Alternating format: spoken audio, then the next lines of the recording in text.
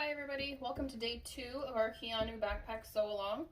The first thing we're going to do today is prepare all of our pieces. So you'll see on your pattern directions there's a whole box that says preparation. We're going to be doing the preparation box and the next one that says construct the strap, anchors, handle, and straps. And we'll also be doing our side pocket preparation today. So today is just all prep. If you feel like you have a million pieces, don't worry, by the end of today you'll have about half that. So you'll feel a lot better. The first thing you need to do is apply your interfacing to the back of your pieces. If you haven't done that already, these are one of the strap pieces. I use this Cricut heat press. It works great for pressing these on. So you just apply your interfacing to each piece unless you've gone ahead and cut them all together. I'm not going to show you all of the pieces, I just wanted to show you a little bit. But once you iron it on, you follow your manufacturer's directions, but make sure that it's, on there really good so you don't have anything coming off when you're trying to sew.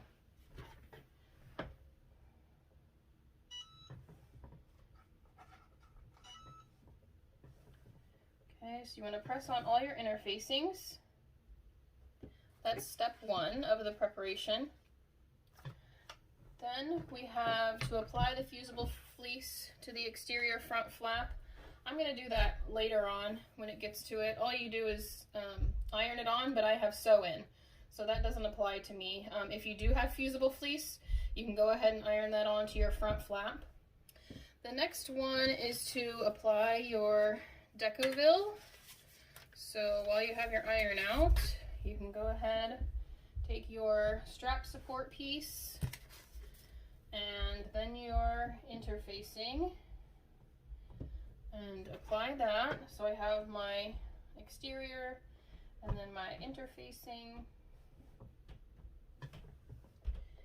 And then you want to center and apply your decoville. So you just center it on that piece.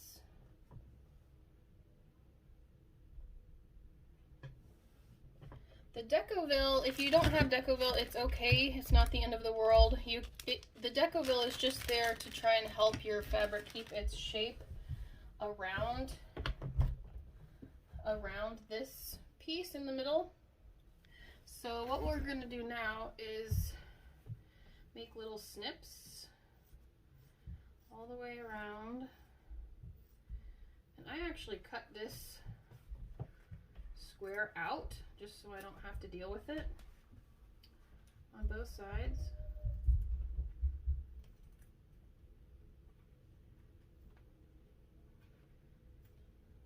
Okay, and then little snips all around here on your curves.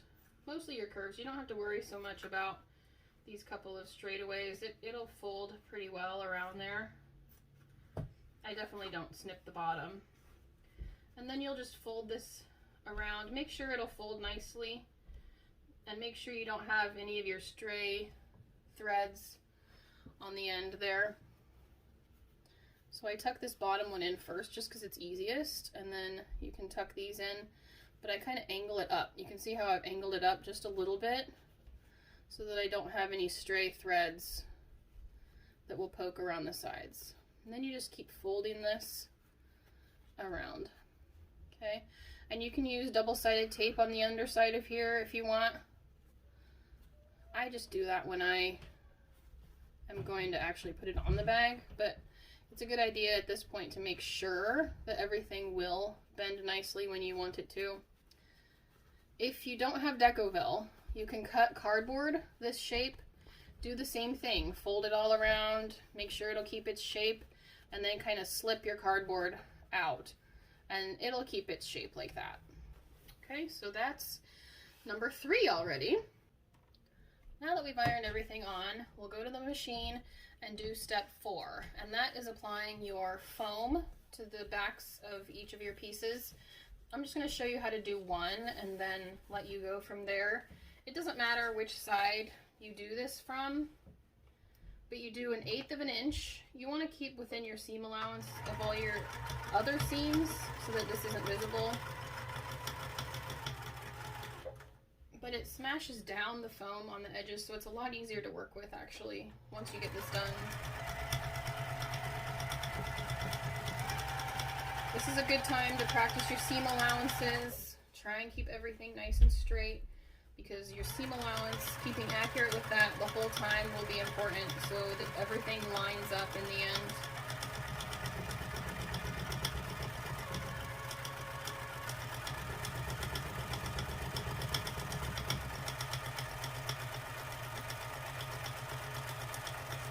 This is a good time to check your machine and see if the top is pulling faster than the bottom. Perhaps your feed dogs on the bottom are pulling faster than the top, and you can try and adjust that. A walking foot is a good idea if you have one, or if you can get one for your machine. Walking foot will really help with that. I was able to adjust mine with this little knob on top, and it hasn't given me much issue. You want to make sure that you're pulling your fabric through on the top and the bottom at the same rate, otherwise you're going to get wrinkles and it'll be really frustrating. Okay. So you have your foam sewn on the back like that. So you'll want to do that for all of your pieces. There is a list on step 4 of the preparation if you need to remember which pieces, but it's basically all of the pieces with foam, so you can find all those pieces. Step 5 is marking your middles. I talked about this a little bit yesterday, but you'll want to fold your pieces in half and find your middles. And then you can mark it with a pen if you feel comfortable, or I usually do a little snip. And you don't want to go too far. 1/8 of an inch is plenty. You just want to be able to see, you can see where there's this little cutout. You'll do that on both the top and the bottom, so that in your final construction, you can line all this up. And it'll also be good, especially for this main piece, when you're lining up your base and your gussets and everything. So there's a list also for which ones to mark on number 5 of the preparation. So you can mark all of those. Note for number 6, if you mark the middles of your zippers, that you'll want to use some fray check or fabric glue so that they don't fray. Okay, let's move on to constructing the strap anchors. So you'll take your little 3x3 squares that have been interfaced, and you cut these in half, catty corner. You can definitely do this with your rotary blade if you want. I just tend to use scissors.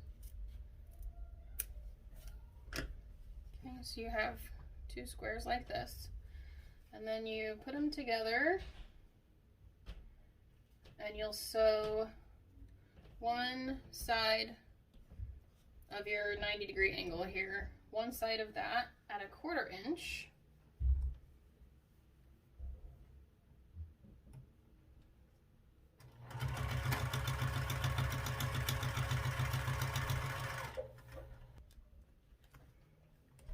So you have your strap anchor like this. You'll leave it right sides together, and you'll take your strap bottom, which you've cut at 18 inches, and you'll stick it inside here with 2 inches sticking out of the straight side, this straight side rather than this angled side. And then you sew down this side at 1/4 inch.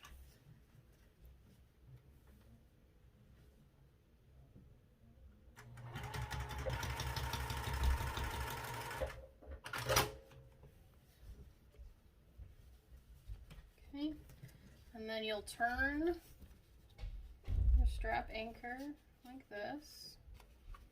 I'll trim all these threads in a minute, but I actually like to trim this seam so that it turns a little better, especially right here by the strap. Don't cut, obviously don't cut too far in, but I think it lays a little bit better if you trim that. It lays right next to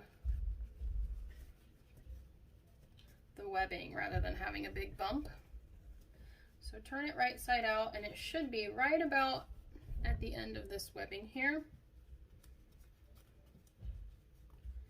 And then you'll go ahead and trace some lines, sew some lines right along. So I'll do 1/4 inch.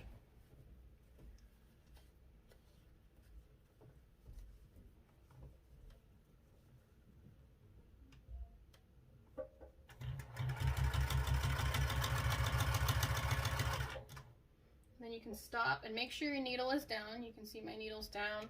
Lift your foot and turn. It's a good way to pivot. You'll be pivoting quite a bit at different areas of this bag, so it's a good time to learn that. Then do another one 1/4 inch away. Needle down, pivot.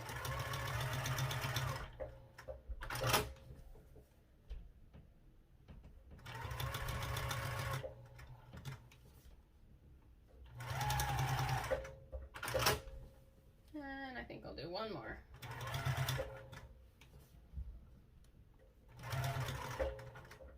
Okay, so you can see that you have all your lines. This really helps reinforce it. This is really strong now, and that's what you want for your strap anchor.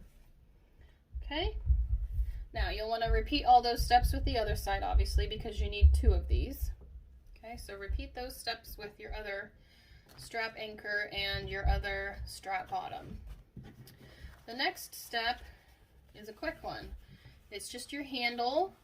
This is step 5 of the construct the strap anchors, handle, and straps if you're following along with the written directions. But you press your handle in half lengthwise. It's kind of like making a bias tape if you've made bias tape before. I'm going to press it in the middle, and then you press each side into the center, and then fold those together. Okay, and usually I clip them a little bit. It just helps it hold its structure a little bit while you're trying to sew it.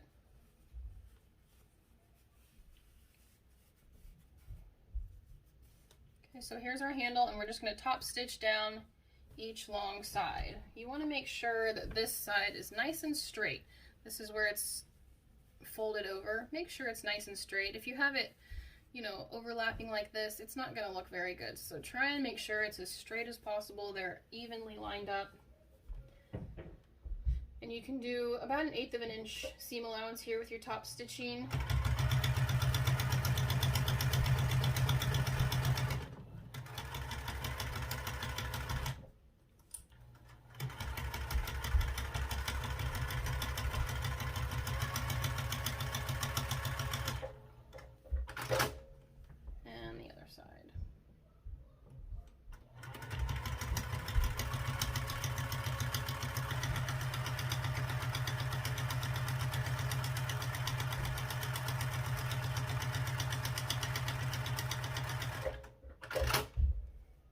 So there's your handle. See? Really quick one, right?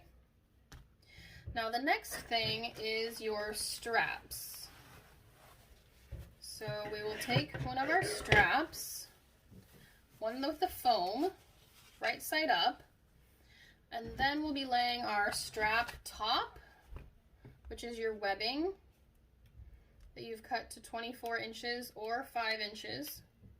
So I'm going to do the 5-inch one here.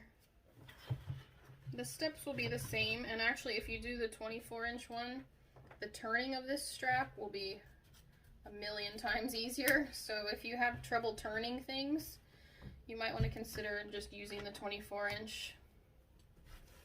Okay, and you want to have your strap with the foam right side up, and then you want to put your strap top on the flat. There's a flat part at the bottom, so you want to protrude your strap top about 1 inch past, and this is one of those instances where I use those big clips because it can reach all the way over there.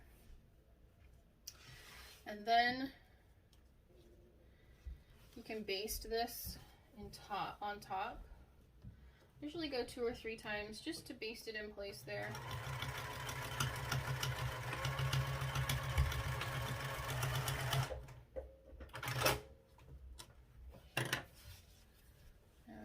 And then you want to take your other strap that does not have foam, right side down, and we're going to sew along 3 of the edges. So you're not going to sew the top. That's where we'll turn it. If you've done the 24-inch webbing, you'll have the webbing all throughout here, and it might stick up just a little bit, and that's perfectly fine. So make sure when you're sewing down and around and back up that you don't accidentally catch that webbing in your sewing. Okay, so let's go ahead and I'm going to clip it just a little bit so I don't have to contend with it.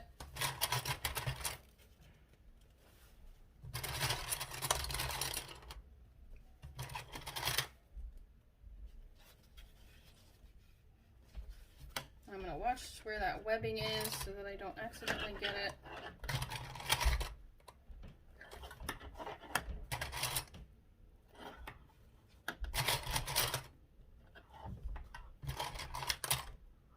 Okay, so remember, don't sew the top, just the other 3 sides. And this will be at your 3/8 inch seam allowance. So I'm going to use this little magnetic doodad, especially with all those curves at the bottom.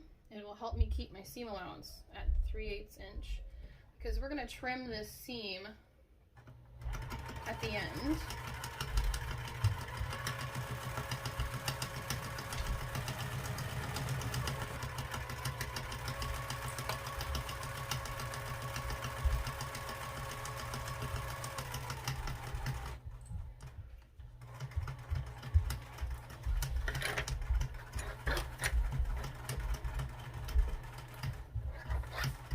A good time to practice your seam allowance keeping here.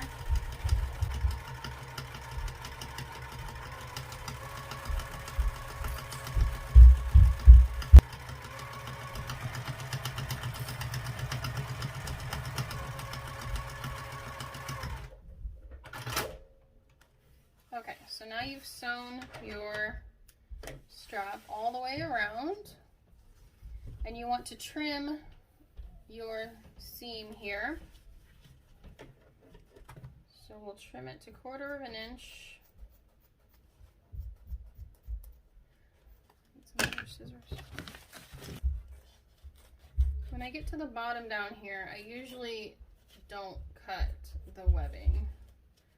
I don't see a need to.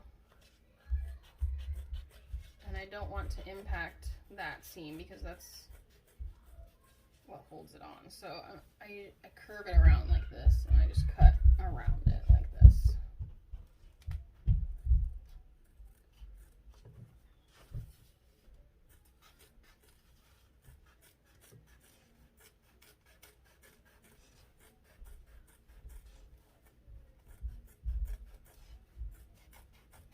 Okay, so the next step is to turn this right side out. And if you've done your 24-inch webbing, you have it really easy because you have webbing sticking out right here. Simply pull on it and your strap will start coming up.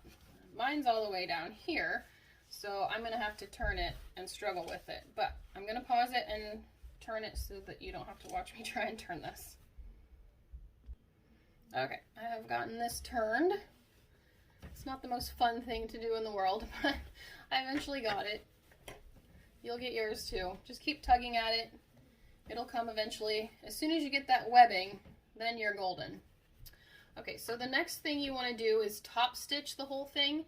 Do 1/8 inch around, just like we did when we did our foam.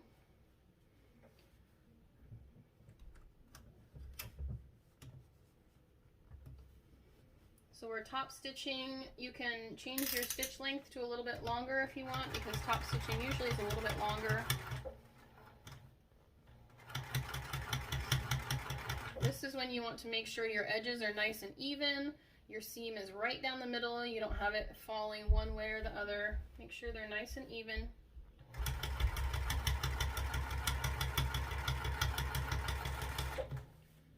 You really want to catch your seam allowance the same because it'll obviously be visible here.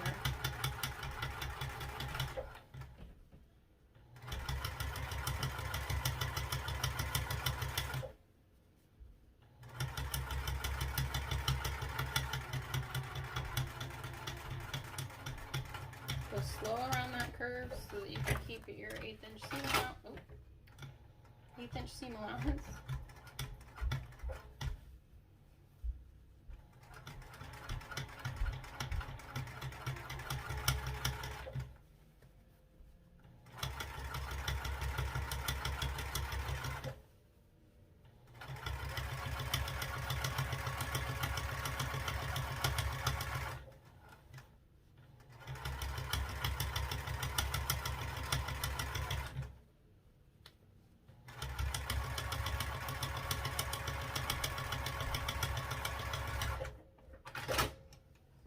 Doesn't that look nice?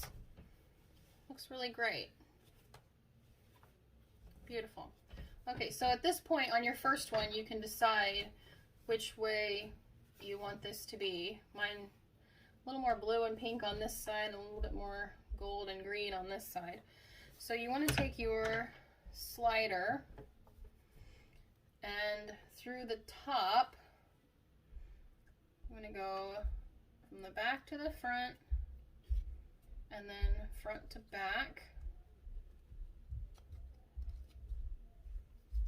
Okay, and then it'll kind of hang like this. Now, slide it up to the top. And if you've done the 5 inch like me, you want to tack this to the back. And I fold this over. If you have a domestic machine, it might be hard to fold it over and sew through both layers. So if you have a domestic machine, you can just singe this with a lighter and sew it one layer. It's totally fine. Doesn't hurt anything. I'm actually cut off this a little bit because I didn't singe it yet. I'm going to fold it over and put it here on the back. And then to reinforce, I'm going to draw a square with an X through it with stitches. So let me do that really quickly.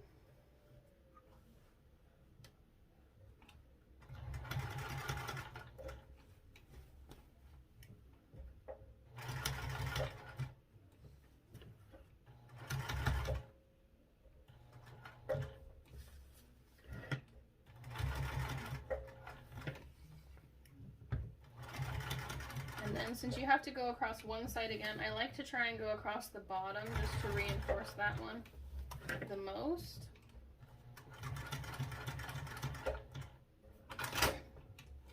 So that side is done. When you do your other side, make sure that you put your back on the opposite way. You don't want two the exact same. You want to make sure that they're opposite.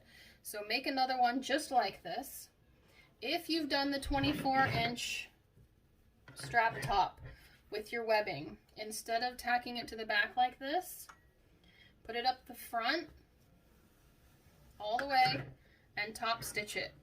So you'll top stitch all the way up and down your strap. I'll show you on this one. So you put your strap through your buckle, pull it all the way up. You can do a stitch across too so it stays nice and tight there. Do your strap all the way up and top stitch on each side, one on each side. So you'll have actually 4 lines of top stitching across this strap, okay? So you'll want to go ahead and finish off your second strap. Last part for today is just to do those hacked side pockets that I talked about, if you're doing them. If you're not doing them, you're done for the day.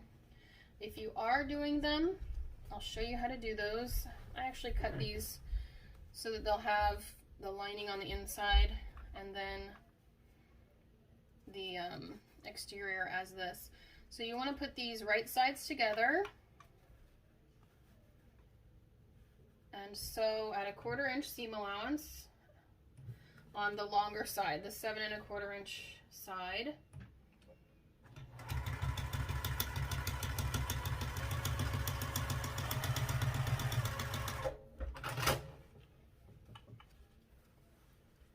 And then turn it right side out.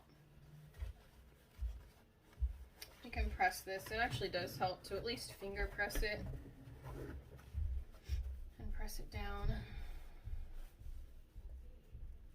Okay, and then you want to top stitch think about your elastic is 1/4 of an inch, so you want at least 3/8 of an inch, maybe a little bit closer to 1/2 an inch, so that it's easier to thread your elastic through. You don't want to make it too big though, so that your elastic gets all twisted. So I would say about 3/8 of an inch, maybe a little bit more.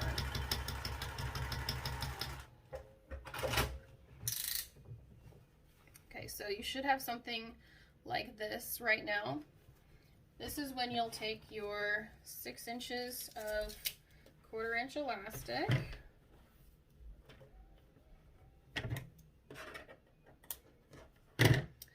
And whatever method you use, I have a doodad here somewhere. Whatever method you use to thread your elastic,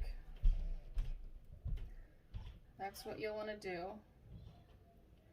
Thread your elastic through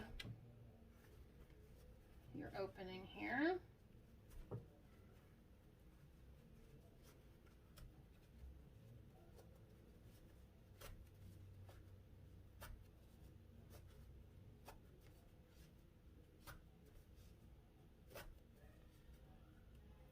So then you get your elastic right to the end, and you can tack that, go back 2 or 3 times.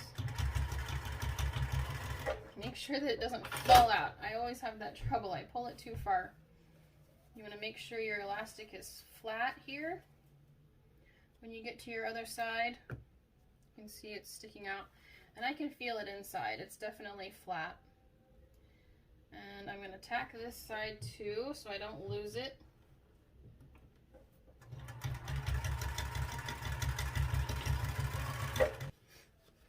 Now you have it looking like this. Now the elastic takes in the top, but we need to take in the bottom. So we need to make the bottom be 5 3/4 inches like our base. Otherwise it won't fit. So your goal is to make this 5 3/4 inches. And how we're going to do that is do that fold in half thing and snip it. And then measure out to each side 3/4 of an inch. Okay, so this is 3/4 of an inch, and here's my middle. I'm going to tuck this back toward the middle, and it makes a hump, and then fold that hump toward my outside, and then clip it. And do the same on the other side. Go out 3/4 of an inch, tuck it to the back, and then fold my hump over.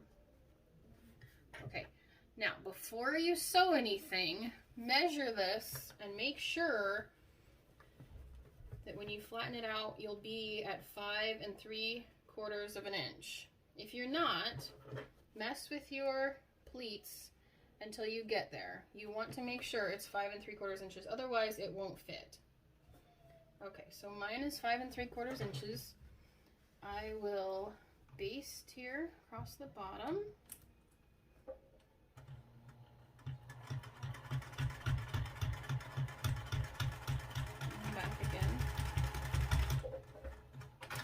Just want to make sure that that pleat stays.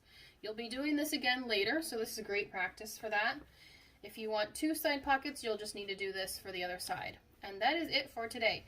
So when you're done with all of those pieces, you'll want to post them in today's thread for the Facebook group. You want to post your 2 straps, your 2 strap bottoms with, so you want 2 straps, 2 strap anchors, your side pockets, and your handle. And all of that will be in your picture, and then you'll be done with day 2. So I look forward to seeing you tomorrow when we'll start putting the front pocket together. See you tomorrow.